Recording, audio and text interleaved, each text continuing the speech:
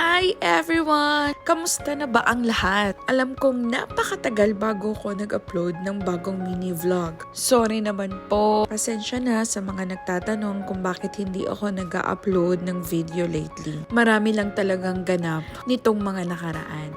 Pero anyway, ito na! Meron na tayong panibagong vlog! Masyado akong excited, di ba? Well, itong video na to, mga 1 month or 2 months ago na. Pero syempre, fresh na fresh pa rin sa akin ang mga kaganapan sa mga panahong ito. Paano ba namang hindi magiging fresh? Libre tong trip na to.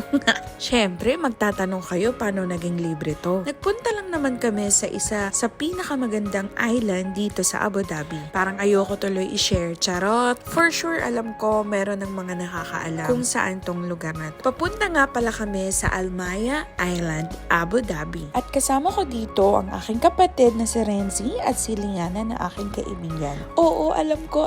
Tatanungin niyo akong lahat, paano niyo ba na-avail yung free trip na yan? Syempre, bago ang lahat, tingnan niyo naman ang napakagandang lugar na ito. Hindi mo talaga akalain na free yan lahat, diba?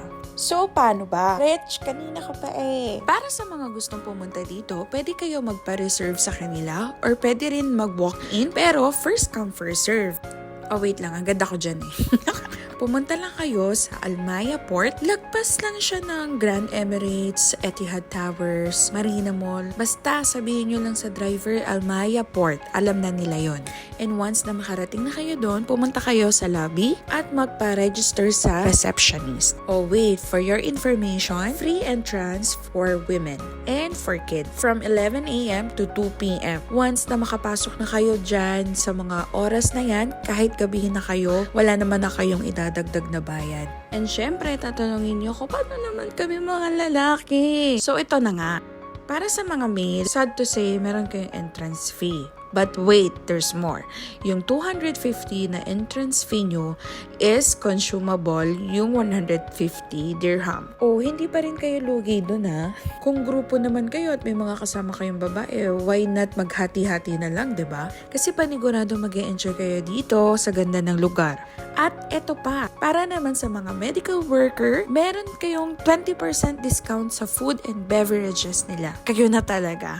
So, kayo na bahala kung kailan kayo bibisita sa Almaya Island. Humabol na kayo habang tag-init pa, bago mag-winter, kasi for sure lalamigin na kayo. Pero okay lang din naman kung magpunta kayo winter time, mag-aura-aura na lang kayo, 'di ba?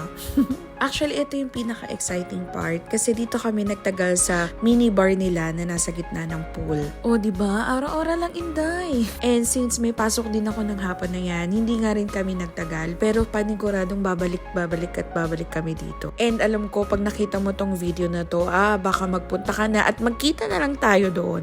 Maraming salamat ulit sa mga nanonood ng aking mini vlog. Opo, yes po, opo. Mag-upload na po ako ulit at marami na po akong i-edit na videos. Kaya hanggang sa muli po. Thank you. Bye!